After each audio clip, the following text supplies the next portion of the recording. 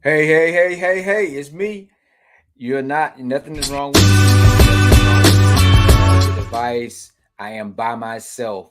They have left me alone here in Jackson. Chuck is down in New Orleans doing big things with Mardi Gras, and our sister Tonya is all the way in Cuba. And so big shouts out to Tonya doing big things. And we still holding down for the nightcap. The show must go on. So I'm not gonna hold you guys too long. I'm gonna bring the rest of the guests. We got a packed house tonight. We represent hard. We represent Tougaloo hard. We got a lot of good folks doing a lot of great things. And I always want to remind everybody this show is rated black and uncensored. Real talk, real issues, real solutions. And we're gonna tell it like a TI is. Today, we're going to bring out our own personal mental health expert all the way in the big city of Chicago. We're going to bring out Dr. Fred. We got Dr. Fred in the house. He representing. I think he might have on a Q shirt. I can't see. I can't. There it is. There it is. There it Mr. is. Q Sci-Fi. Big shout out to all the D9 and everybody else that's watching and checking us out. So Fred, you know how this thing goes. We're gonna dive into the show. What's the groove? I just told you DJ George Chuck is all over the place. He's down there in Mardi Gras. The entertainment check-in, TBC, she is making big things happen. And she's just not in Cuba, just hanging out. You know, if Tonya is traveling, that means she's singing, she's performing, and she's always letting folks know that she represent her roots for Mississippi and Louisiana. Um, so we're going to dive into the mental health minute. Fred, I want to pick your brain on this. The mental health minute for today is be your best you. You must know who you are and whose you are. Um, Understanding that be your own weird. It's okay to be different. Embrace the talents that come with the thinking outside the box. Focus on making you better without losing who you are. Mhm. So that's something. We got the Better Me in 23 challenge going on, and what we're encouraging folks to do is not trying to be evolved and to be somebody else, but to be the best version of yourself. And we just encouraging people to um, be you, and that's what we're encouraging folks to think outside the box. Don't let folks challenge you. Don't let folks make you feel uncomfortable by being who you are. Be you. All right. So I got Marcus. Where Marcus go? He got to come back. We got a couple folks on there, but Fred, introduce yourself to everybody. Let them know who you are and how you got connected with us, and we're gonna take it on up. Okay. Well, I'm Dr. Frederick Smith. I'm a licensed clinical psychologist. I'm currently licensed to practice psychology in both the state of Georgia and the state of Illinois. And I currently work for a company called ThriveWorks Counseling, where I do full-time therapy, offer full-time therapy services, which includes individual and couples and family therapy. And then I also work uh, actually will be starting on Monday. I'll be doing part-time psychological testing and neuropsychological testing at LifeStance Health. And so, of course, ThriveWorks is a nationwide company. It's in about 46 different states. And then LifeStance, of course, is also another nationwide company, and it is in about 40 states. Okay. So Fred doing big things. So we're doing something a little different for this show. We got a couple other folks that are going to join us in this conversation. So when you'll be able to explain it to people about more about psychology, but also we're going to go more in depth about forensic psychology, and you're going to kind of give us a backstory on how you get to that point. We want to get some different perspectives and get folks to ask some questions. Um, you know that a lot of people are thinking but won't ask, right? And we got a couple of brothers that's from different professions that can talk about some of the things that they saw and ask them questions and be able to pick your brain. And hopefully, by them picking your brain, it might help someone that's watching. Um, but you want to explain to, I'm gonna bring these brothers out, and then you can go in depth and try to explain to us how we got to forensic psychology. So we have the Renaissance man himself. When we tell folks about be your best you, this brother don't know any other way. He might have on some work boots and a long sleeve shirt, bush hogging, and next thing you know, he got on a hat with a feather in it, and he's up there singing, or he might be bartending, or might be whatever he may do. But we're gonna call out our brother the Renaissance man himself, Mr. Kobe Singleton. There you go. Tougaloo Strong. Yes, sir. Yes, sir. How you doing, my All brother? right. Now this brother, I don't know where he go. I think I don't know where he went to. Brother Marcus Banks. I think he jumped out. His internet must be messing up or something. But he's another brother that has been in the trenches with us, providing the food for Friday Night Hoops. He's worked in multiple capacities, different municipalities, working direct with people, and he definitely bring a different perspective and being able to talk about some of the things he's seen and the NBA to ask some questions. So, Marcus, if you can't get back on, Fred, we all ears, brother. Talk to us. Okay. Well, now, as you all recall, the last time that I was on like Nightcap Knowledge, we were kind of doing just kind of talking about forensic psychology. And of course, I had explained that forensic psychology refers to the intersection between mental health and the legal system. And then, of course, I was sharing that forensic settings, and I choose to define forensic settings as anywhere that this intersection is likely to occur. And so, places that this intersection is likely to occur are prisons, jails, the forensic hospitals, as well as in the courtroom. And so, now with regard to forensic settings, and you might ask yourself, well, how did we get into this with regard to trying to provide mental health services in these type of settings? Because of course, we also discussed at the last Nightcap Knowledge, in which I was present, that the largest provider of mental health services in the United States is the prison systems.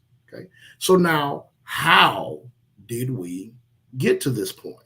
Well, it all started with the deinstitutionalization movement of the 1960s. Okay. And of course, deinstitutionalization in sociology refers to the movement that advocates the transfer of those that have mental health issues or have been diagnosed with mental health disorders. It advocates for the transfer of these people from public or private institutions, such as psychiatric hospitals, back to their families or into community-based homes. And so now this deinstitutionalization movement started around the 1960s. And so what it did, it shut down a lot of the largest treatment facilities for people that have mental illnesses. And of course, these were the psychiatric hospitals, especially like state-run psychiatric hospitals. And so with this movement shutting down a lot of the treatment facilities, coupled with already a lack of community resources to treat them, this resulted in a lot of the people that needed treatment going to prisons and jails instead. And so there was one study that showed that this trend accounted for about 7% of the prison population growth from 1980 to 2000, which represented about 40,000 to 72,000 people in prisons who would have likely gone to a mental health hospital in the past. And so that's how this kind of all got started. And of course, mental illnesses among today's inmates is also pervasive, where you have about 64% of jail inmates, 54% of state prisoners, and then 45% of federal prisoners reporting mental health concerns. And then, of course, you also have substance abuse is also rampant, and then it co-occurs with a lot of these severe and persistent mental illnesses. And so that's kind of how that all got started, where a lot of people who would have gone into the psychiatric hospitals ended up in the prison system. And my personal opinion is that even when it was decided that people should transition from the psychiatric hospitals to the community, my personal opinion is that the community probably should have had resources available, or maybe our legislatures or our community activists. And like I said, I don't really know who would be responsible for that, but there probably should have been some type of community mental health network in place. And so we basically discharged all of these people from the hospital and didn't have a community mental health system in place. And so, of course, they ended up committing crimes, unfortunately, and ended up back in the prison system and in the jail system. And so that's kind of how all of this got started. So on this panel, on this group right here, we have some brothers. And I'm bring a little bit more information. The United States has the largest concentrated group of black folks locked up in prison, black men especially. So the United States also has the largest amount of people in the world in prison. Mm-hmm. So it's almost safe to say that black men make up the most people that are in prison around the world. Mm-hmm. So when you start talking about this, you could just think about someone who has come from, it's people like to use humble beginning, but they from poor communities, impoverished communities, low income communities, and something happens. Instead of them getting help, they end up going in the prison system. Mm-hmm. So we got two brothers here. I definitely want to, first of all, have you ever heard of forensic psychology? If so, how do you feel about the information that Fred just gave us? Anybody want to jump out? Kobe, you want to go? Yeah. Well, when we talk about forensic science, in relation to, we all know that it's a system that's set up by design, and there are some things and there are ways that they use these doctrines and professions to help support the other. In regards to, and I'll divulge this, I used to work for the Mississippi Bureau of Narcotics. And one of the reasons that I stepped away from that agency was because I saw such a high number of African American males that, I was helping to convict, and it just didn't feel good. Not only that, attempting to be a public figure, a singer, the same people that I just arrested 2 weeks ago are showing up at the show. How does that go over? So yeah, I understand the severity of what you're saying. I've traveled around the world as well and have seen that to be true. Just what you said, Dr. Smith, in regards to how other countries and nations set up their penal systems. I mean, like even in Japan, who has one of the lowest crime rates of a country, of many countries around the world. What are they doing? What are they doing that works so well that circumvents such a high number of people from going to jail? Mm-hmm. And why have we not been able to indoctrinate that those same types of traits? Why? Because the American society has realized, or the powers that be have realized what it takes to make money and how to make money off of its citizens. So it's sad that forensics as a whole is being used to help incarcerate so many of our people. And I don't mean that just black people of color especially. Well, I just piggyback on Mr. Singleton. I definitely agree. I think the system has definitely been designed to just hold us back for so long. Like you said, being incarcerated, different things that we try to do, just get took for granted. We get our kindness and our niceness took for granted sometimes, to the point where we might end up to another point of life where somewhere we shouldn't be. So I definitely agree. And then also, I just want to just add really quickly, there was some research done in 2011 that found that about 40% of those behind bars were African American, although African Americans and others of African descent make up only about 13.2% of the U.S. population. And then the study also found that Hispanics are also overrepresented in prison at 20% of the prison population, compared to only representing 17.1% of the US population. So you have to ask yourself, how do we go from being the minority in the US population to being the majority in the prison settings? So also in 2011, Mississippi was given a letter grade F for institutionalized 65% of their mentally ill. Mhm. And at the same time, one of the conservative legislatures in the state changed some language where these institutions could have a way out. And what they did was they made a law that stated that the group homes had to keep at least 20% of their budget in their account at all times, or connect with a larger entity like one of these larger facilities. Where it didn't help the group home, it really helped the facility, because now they can say that, hey, we have community-based practice. But in 2011, at the same time, when they were getting the stats about prison, Mississippi was given a letter grade F for institutionalized 65% of their mentally ill. Mhm. So Go ahead. I'm sorry. no. Go ahead.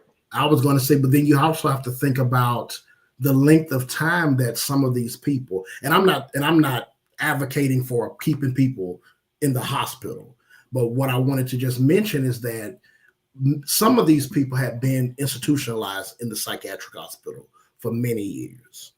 And for some of them, this is what actually was keeping them alive, especially when you think about people who had severe and profound intellectual disabilities that needed 24-hour skilled nursing care. And so the only way that they could have survived was being in the hospital to receive this nursing care. And so because of course, the Department of Justice had sued several states with regard to holding people in the psychiatric facilities for, a lengthy amount of time. And so what some of these state hospital systems did, they closed their facilities, and then they discharged these people out to the community that was not prepared to manage or provide resources or even suitable living situations.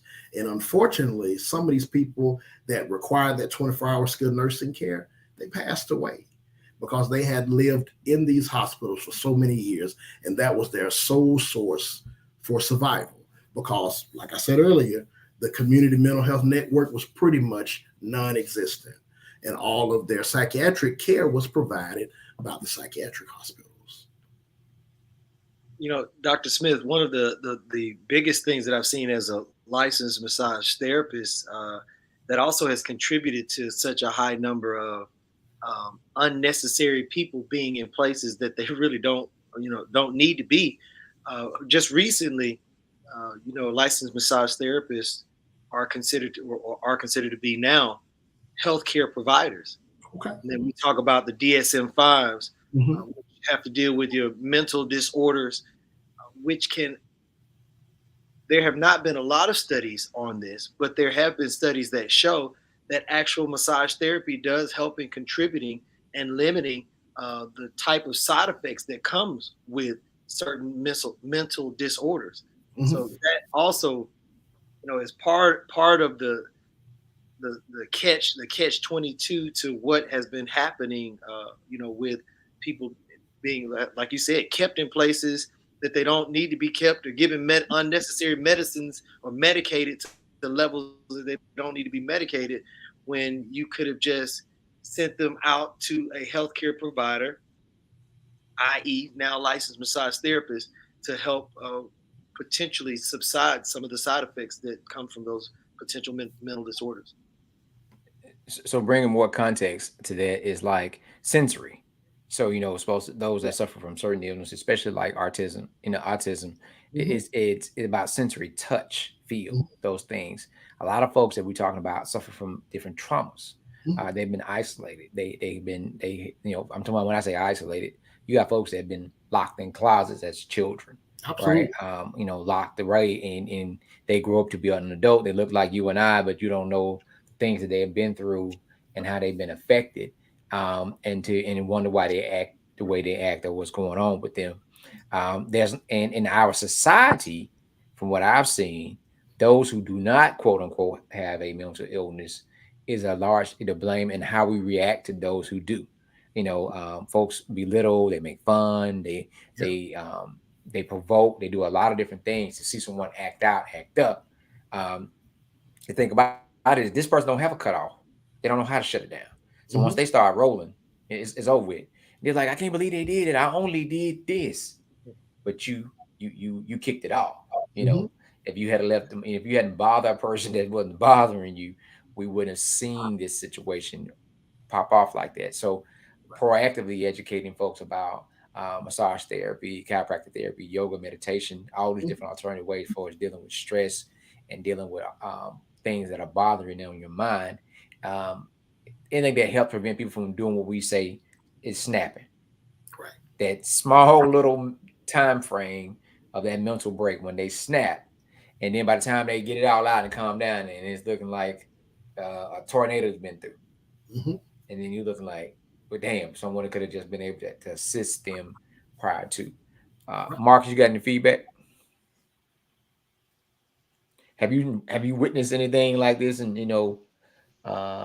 somebody from South Korea. Yeah, I mean, I witnessed a lot of it. Just by I used to work at the detention center over here in Young for a period of time, so just witnessing some of those young men that was, in there locked up and for some of the things that they was in there for. I was like, it just shows that the conversation we having tonight that just how things can trickle down Hmm. to our youth and make Mhm. our youth think that the things that they see are actually the way to live, or to it's issues that's going on, but they don't have the right stomping ground or the right foundation in front of them to help them create their own path. So they're basically creating a path that's already been created. So I feel like there could be a mental, well, I ain't gonna say completely a mental issue, but it's definitely a health issue to the point where our young men, we got to bring them back, but we losing them to things that they're seeing or the environment that they're around. So um, mental health is definitely a big issue in our society today, because we don't know how to cope with it. We don't know how to deal with it. Hmm. So yeah. Yeah. And, And see, and, we're and, and still in so the. those are just Oh no, I'm no, I'm just just. telling everybody what we got Dr. Fred on doing talking about forensic psychology for those who just jumped on. Go ahead. Go ahead, Fred. I was just going to add that we're still in a mental health crisis even now. That was pretty much exacerbated, especially with the advent of COVID. It just pretty much got exacerbated. It got inflated, amplified, and so even now, even for those that are not incarcerated, it's difficult for us as mental health providers to even keep up with the demand of people even now coming in for mental health treatment. And these are people that are not even incarcerated. And so just imagine the prisons and the jails, which have even less mental health professionals on staff in that area. And then you have people in the jail, in the prison, that are experiencing all of these different mental health symptoms with no provider to try to help establish and maintain care and treatment. Dr. Smith, Yeah. I find it really odd, or unique, I should say odd and unique, that also, and this may be something that Brother Banks will touch on even more, but a lot of the things that I've seen, even as a licensed massage therapist, and I'm fairly new to the field in regards to psychological, mental health, which all correspond or correlate to one another, have to do also with what America is feeding its people. We feed us so much enriched flour or uh, genetically modified organics, which has its twist in how it can be manipulated in regards to organic, the word organic. What we're feeding people, the things that they're tainting in the milk, or it's just unreal. And these things, the food alone, are some of the leading causes of what is mentally happening with Americans, i.e., Alzheimer's or uh, uh, dementia, just to name a few things. So, Mhm. Yeah, and see there, and like I tell my clients all the time, there is no difference in mental illnesses and physical illnesses, where mental illnesses can beget physical illnesses can beget mental illnesses. It's all the same. And there, even in the DSM, which is the manual that we use to provide diagnoses for each different, because of course the mental health disorders are classified in different categories, where you have, schizophrenia and other psychotic disorders, and then you have depressive disorders, you have anxiety disorders, you have obsessive compulsive related disorders, and then you have trauma and stress related disorders and personality disorders and other categories of disorders. But for nearly each of those specific categories, you have the disorder due to a general medical condition, anxiety due to a general medical condition, depression due to a general medical condition, psychotic disorder due to a general medical condition. Where when we give that diagnosis, it's because the mental health symptoms are directly related to the medical condition.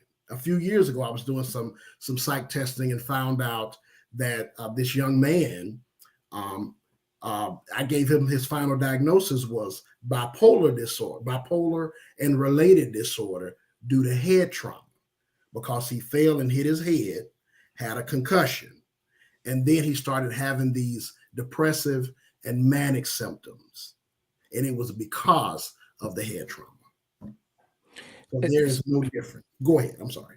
no, Free. I got a personal note to tell you about that. But we have Miss Marta talked about the misdiagnoses that happen in poor communities, and by education is connected with mental health, and the challenges. So I talk about this all the time. How you can have a blue collar black man, a black man who works a blue collar job, and then you have a white man who works a white collar job. They have the same type of symptoms. One get diagnosed with generalized anxiety disorders, and get diagnosed with schizophrenia.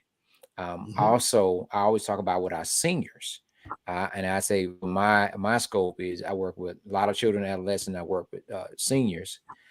When you're and Kobe knows this too. When your chemical balances are off, meaning sodium level, UTI, Mm-hmm. sugar, anything like that, it can induce what seem to be temporary psychosis in someone, and they are quick to want to diagnose an older person with a dementia or some type of other problem when it's really their body's not balanced. Mm-hmm. They got a kidney infection, and due to the kidney infection, it's causing them to act differently. Their sodium level is off, or their sugar level is off.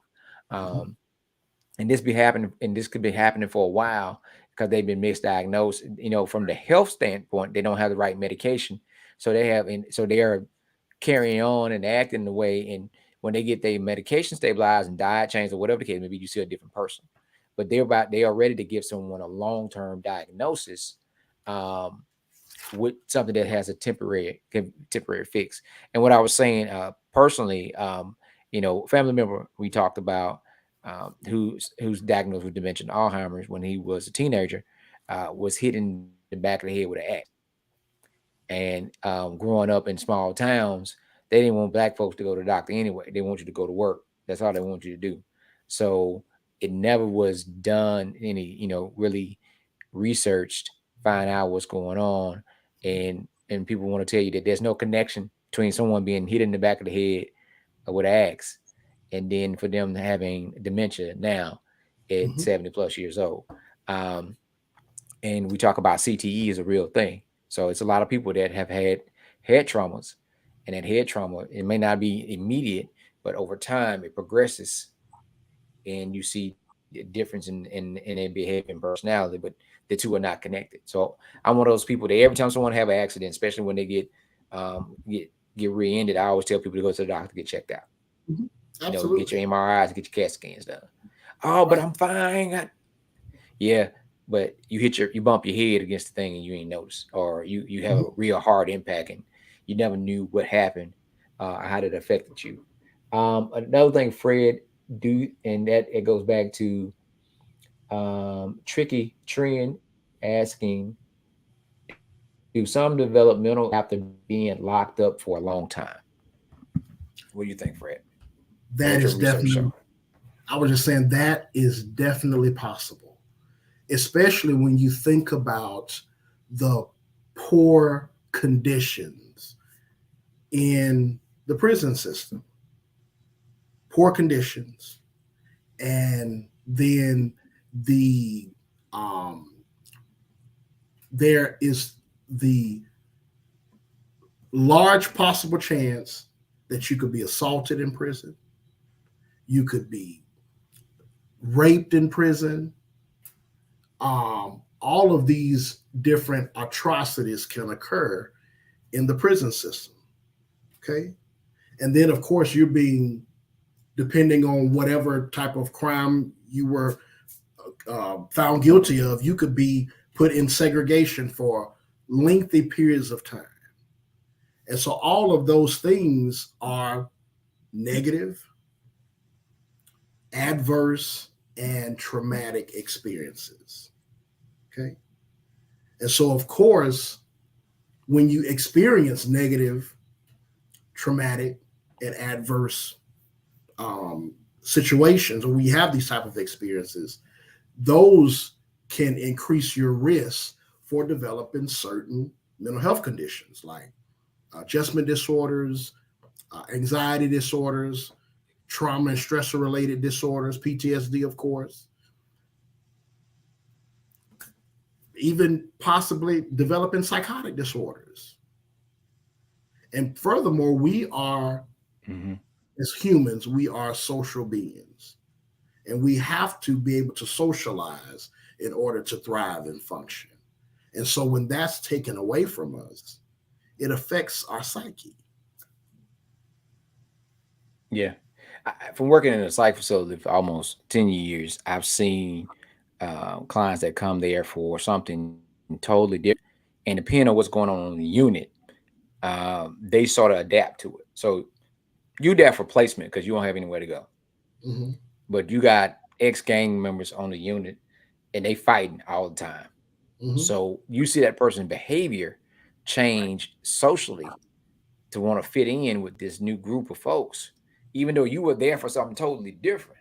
Mm-hmm. So now when you do discharge and leave out, you're gonna have a whole nother issue that you got that you didn't come in with because Right. it become, and I always talk about environmentally induced behavior. Mm-hmm. And they have a diagnosis for those who are veterans called failure to adjust to civilian lifestyle, other than giving them a diagnosis of PTSD. That also can go for someone that's been incarcerated with their failure to adjust to the civilian lifestyle because you've been institutionalized and you're used to folks telling you this and they don't know how to function. Mm-hmm. Because again, just like you're talking about mentally ill, you got folks that was locked up and when they get out, they Right. don't have the options have a certain type of system. So they're gonna be limited what they can do. And 9 times out Right. of 10, those halfway houses are right back in the same environment which they got locked up in. So that brother Right. can't that brother might not be able to go become a massage therapist like Kobe Mm-hmm. because he's not gonna make the background. You can't get financial support through like financial aid because of whatever you were charged with. Um, and so what we are talking about right now, we're talking about how a lot of folks end up in prison, but also we talk about how the prison house a lot of folks that suffer from mental illness and they should not have Mm-hmm. been in prison in the first place. But the second Right. part of the conversation is talk about how prison systems and relate to forensic psychology creates some of the problems that we see Mm-hmm. when and they have a mental illness when they do discharge or when they get out of prison. And so we just talking about the connections. Why, as we stated, Black folks, Black men make up the largest population in the prison system in the United States. The United States make up the largest population of the prison system in the world. Mm-hmm. So this is important. is very, very important. And we always you got brothers that have no mental illness, um, have a pretty nice, well lifestyle, and get misperceived by other people just because they look different. Mhm. And that person's life is changed in a drop of a hat because they afraid of Kobe because of how Kobe looked. So now Kobe life is going to change dramatically, no matter all the accomplishment he had. Now he's going to end up in a system. And what do you think they're going to do to somebody that's done all they could to keep their nose clean and create success? They end up in trouble. How do you think their personality is going to be the same when they Right. Right. end up locked up control? So Marcus, y'all got the swirl going on.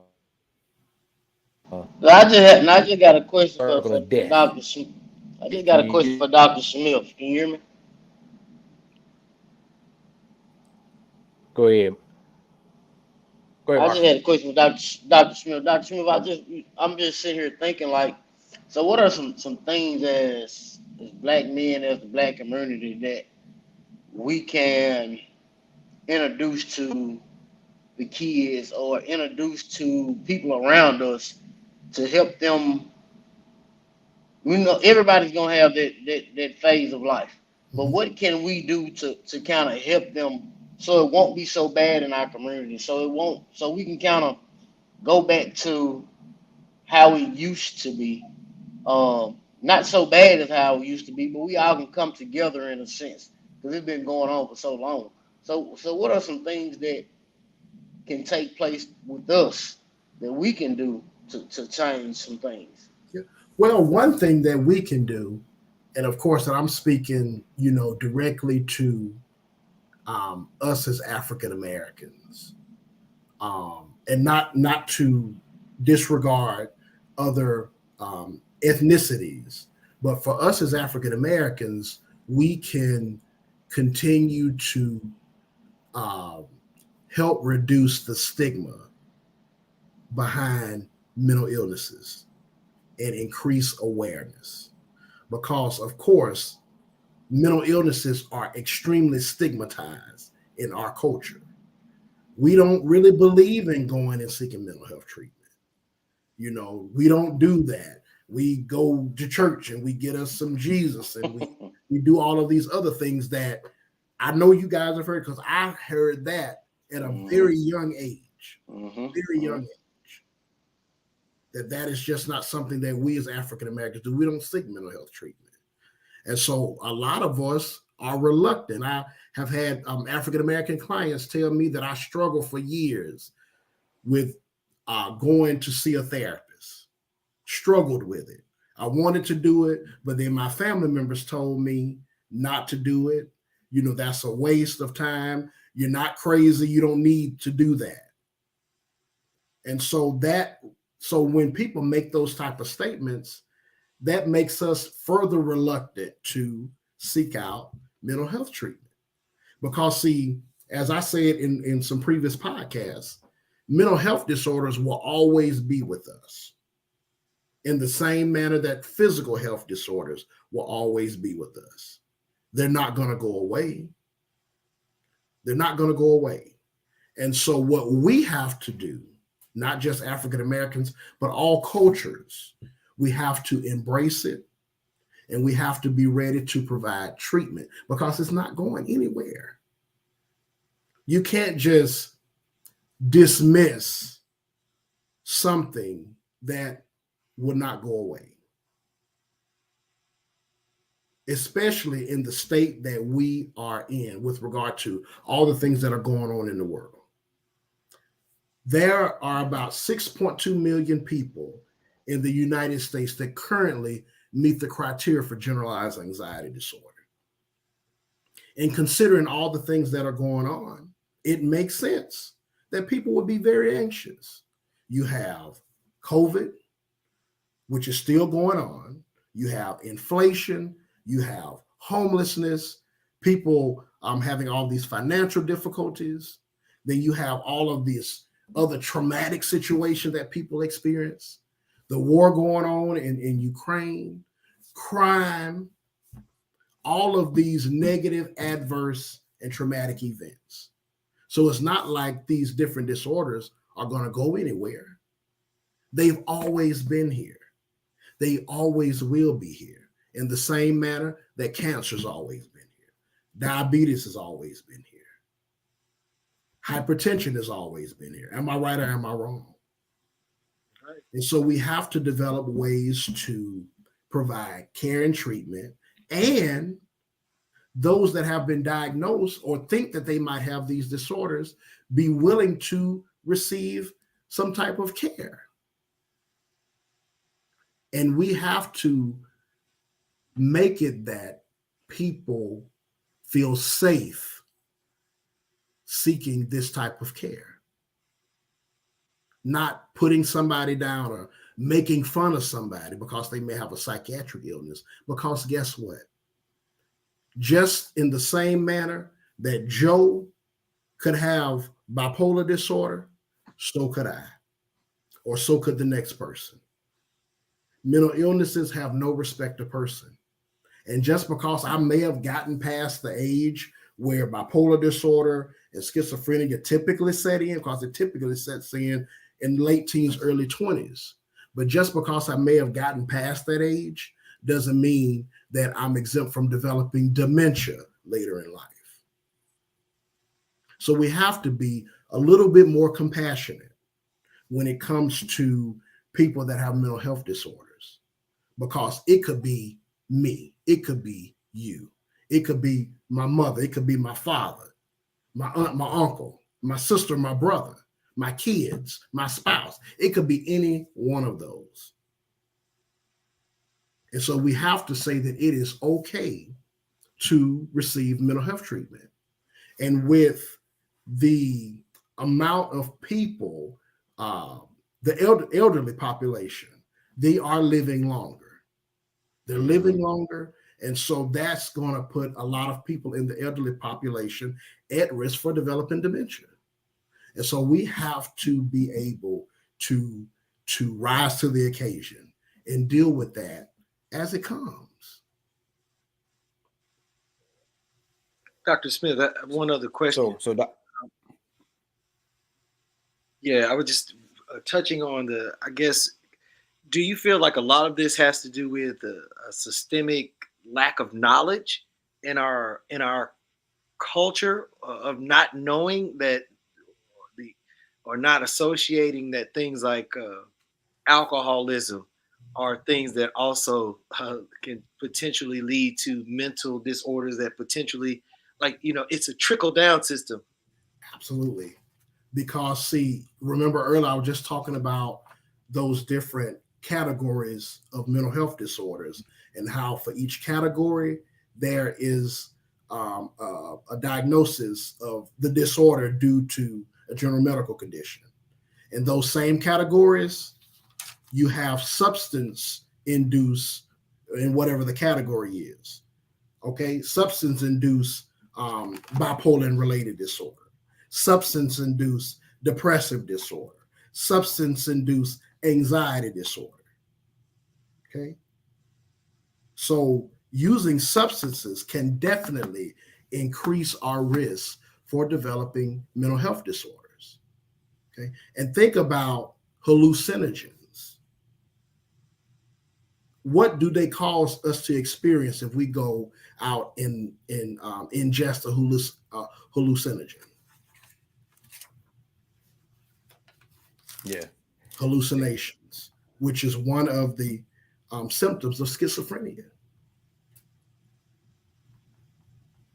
So we have to be very careful with what we're putting into our bodies. I remember several years ago, I was working at a psychiatric facility for children and adolescents. And there was this kid, he was about 16. He came in, he told me, I smoked marijuana one time, and I've been hearing voices ever since. So let me clarify with that too. All right. So it's the difference between medical marijuana, those that is used to treat anxiety, depression, and dementia, cancer, and street pharmacy drugs that is used to gateway. So I had a client, young white girl, came from Memphis. When the clients first come, they got to do a drug test at the facility. She came in and she said, "Mr. Mack, I test positive for cocaine and crystal meth. I have never done anything but smoke weed." She tests positive for crystal meth and cocaine. Never done anything but smoke weed. And so we're trying to help folks understand the difference between the health side of the plant and what somebody and the face of the folks that the news like Fox give or other places give is going to be a black man with dreadlocks and tattoos. But for somebody to take a chemical and put it in a plant to where you don't notice it, that takes some DRs and some other letters behind your name to figure that type of stuff out, right? But that's not the face that gets this burden, and so we trying to when you have uh, teenager, my daughter's 17, Marcus' daughter's 17, hell, Kobe, your child what, 17, 16, 17? No, bro, she's 13, man. 13, right? Still at that age, 13, and you are out hanging out with friends, and next thing you know, you don't know what to happen because you just inhale one time because it's not the stuff that helps you, it's the stuff that hurts you that someone has doctored up.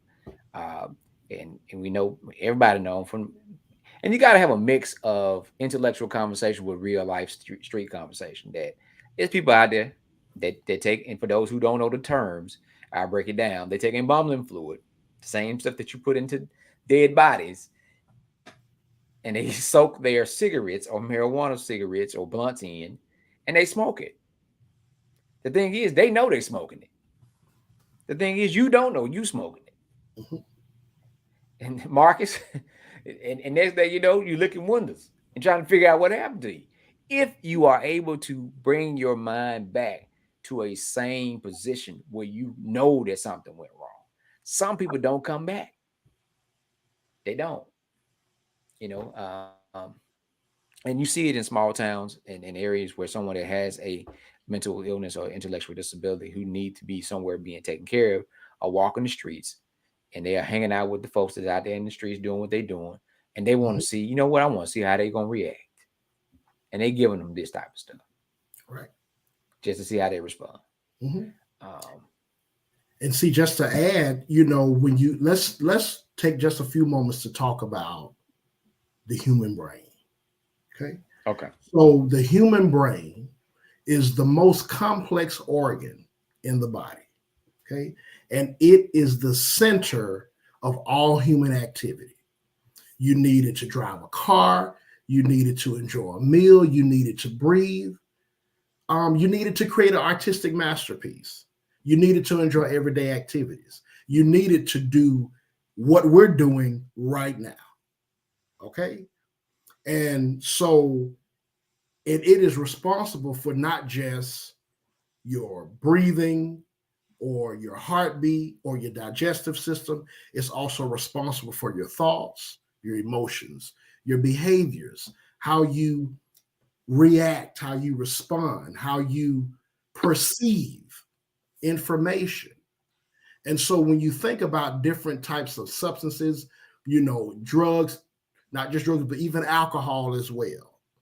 Drugs interfere with the way the brain neurons send and receive and process signals via the neurotransmitters. Okay. And neurotransmitters, and of course, there are 6 major neurotransmitters in the brain. You have dopamine, serotonin, GABA, glutamate, acetylcholine, and norepinephrine. Okay.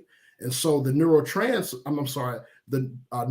which are the brain nerve cells, they don't touch. There is a microscopic space in between the neurons called a synapse.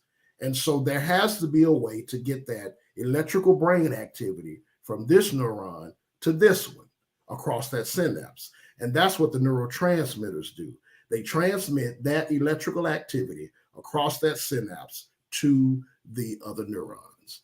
And the drugs can alter the neurotransmitter activity And some drugs, such as marijuana and heroin, it can activate neurons because their chemical structure mimics that of the natural neurotransmitter in the body. And so the drugs attach to the neuron, okay? And so, and although these drugs might mimic the brain's own chemicals, they don't activate neurons in the same way as the natural neurotransmitter. And then they can lead to abnormal messages being sent through these networks. Not normal messages, but abnormal messages. Okay. And so we have to be careful at what we are putting into our bodies. You, you know what the biggest drug in the world? I know Kobe know. What's the biggest drug in the world, Dr. Fred?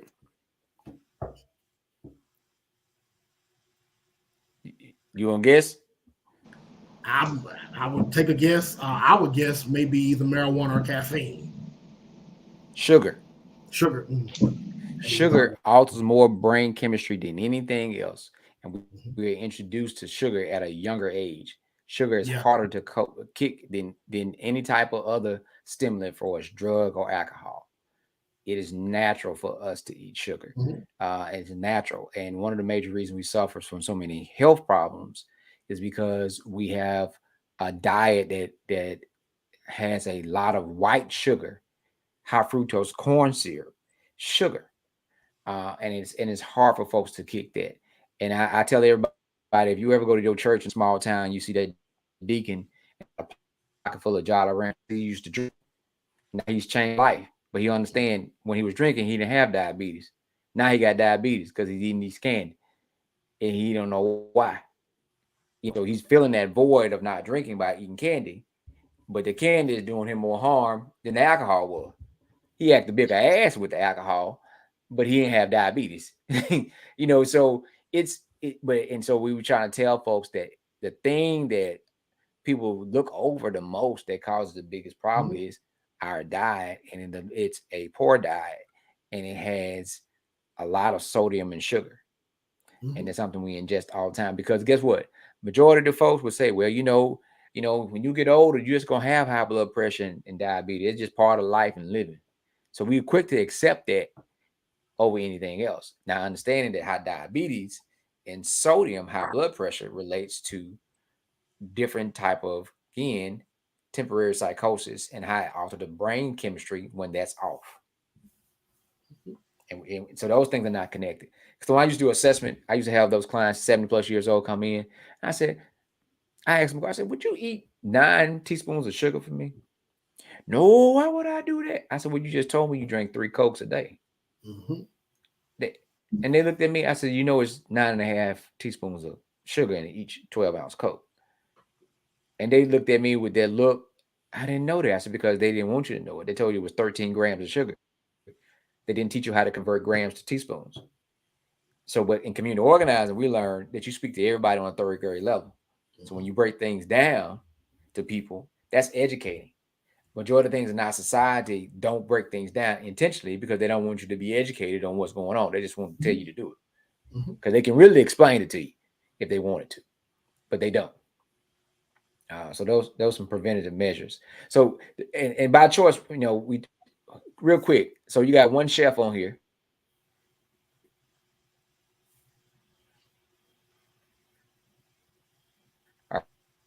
He froze. All right.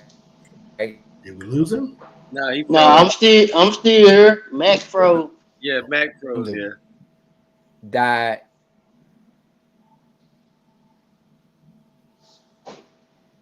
Are we all freezing? You must The got nah. internet It's guys just don't you. It's It's you. want just us to you. talk You about must. this good stuff. So we got 4 of mental illness and how we want to change things, and then the internet start messing up. Yeah, You must got okay, broadband Zuckerberg. over there, dial up.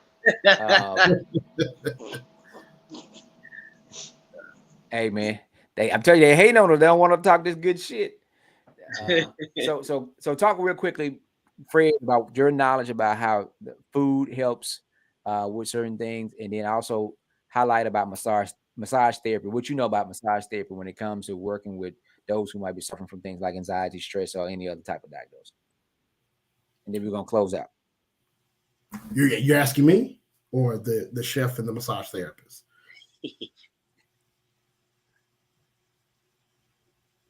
What, it looks like Fred, you. I think he wants you to give us some I'm asking advice you. on how to carry ourselves Yeah, as yeah. we How doing the massage things that we therapy? like to do. Yeah. Yeah, like we like to do every day. So give Okay. us some How that feedback how we help can other be better people? to our How their community as talents help well. other folks? Oh well, yeah. Yeah. Just I would say starting with food, just encouraging people to eat healthy and to be aware of what they're consuming and what things they are putting in their bodies. Being aware of all of these additives, all of the sugar, all of these other chemicals that are often placed in different foods.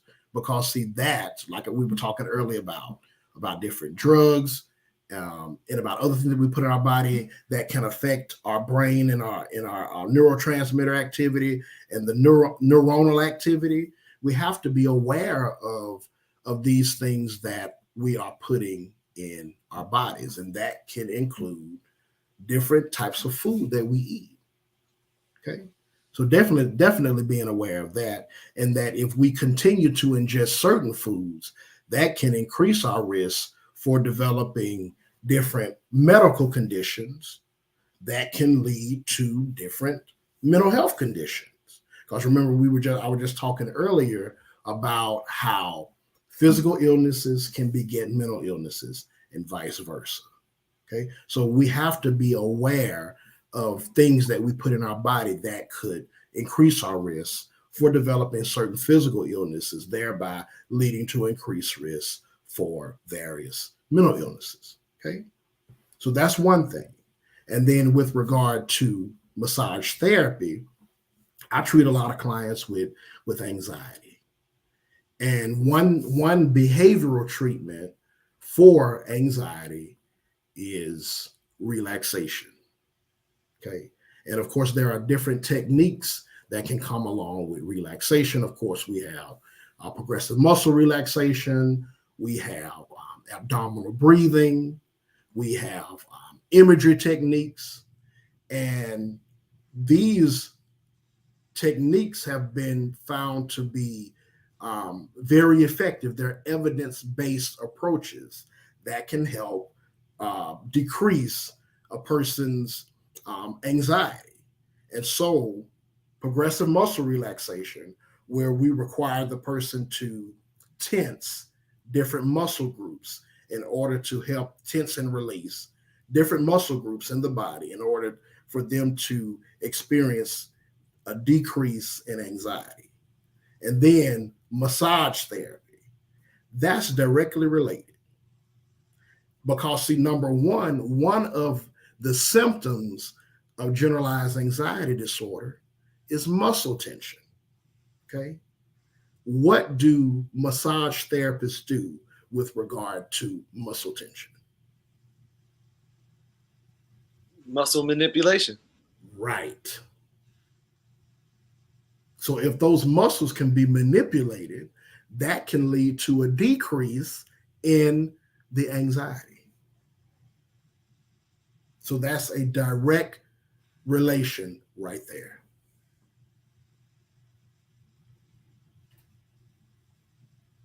Yeah. So obviously, we all have work to do.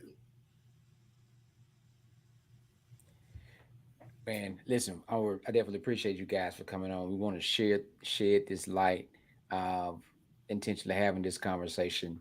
A lot of times, folks say what black men should be doing. So, the only thing I ask is, when you say black men should be doing it, when they do it, support them.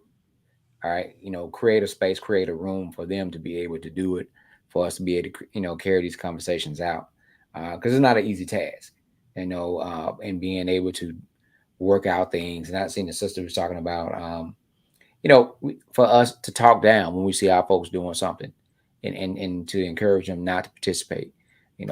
Folks get, and my uncle would say, fighting mad with you when you're trying to tell them what to do, even if it's about to save their life. They don't want to hear it. But we are been working with things in the community, and using some of the talents that they have in their profession, from doing free massages as a part of the therapeutic team, for people that are in need, from doing food for Friday night hoops, to to give these young guys somewhere to hang out from 8 p.m. to 12 a.m. And being able to make breakthroughs as many ways as we can. Um, um, we have definitely got to continue to do this work. And big shout out to Dr. Fred for coming in and breaking it down. People do not break down the things about mental health, about psych, and helping folks understand the different parts of it and brain and how the brain works and reacts. When we start to say we use vague terms and don't explain it to people where they can ingest it. So for all those that's watching, those that have watched, it to other people. Let this is designed for knowledge base, and everybody on here has a business. So if you want to get in touch with Dr. Fred, you can find him at ThriveWorks. He can, if you're in the Chicago area, if you want to do some consulting or something like that, and you still do his email works. He just picked up another because he just said this profession has is lacking. It need more good people. So make sure you reach out to them. We got a brother at the bottom. You got B&B Barbecue Catering. The brother takes pride in preparing a good, healthy meal. So you can reach out to him. You can find him on Facebook, Marcus Bank, inbox him. Or his alter ego is Bubbles Lawn Care and Landscaping.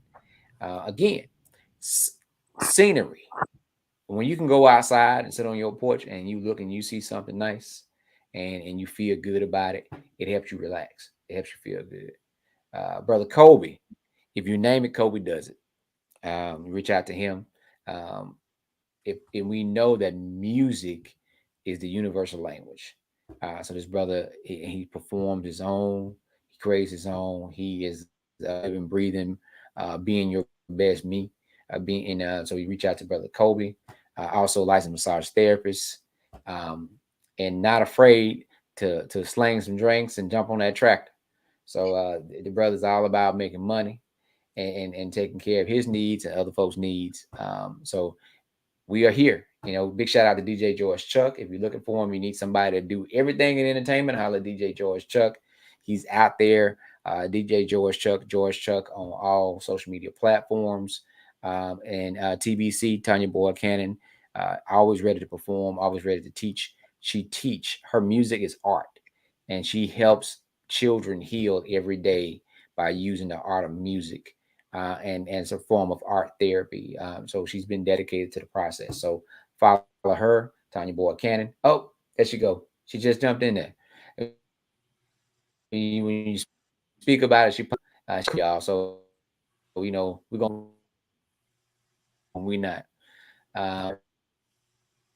And we're gonna try to get to where the money reside. I don't have no music. I don't know if Chuck's still out there and if he can play it, but we're gonna try to get to where the money reside because we know for some of us, if we can get a little bit more money, it'll help solve a little bit more problems. Other than that, I tell everybody thanks for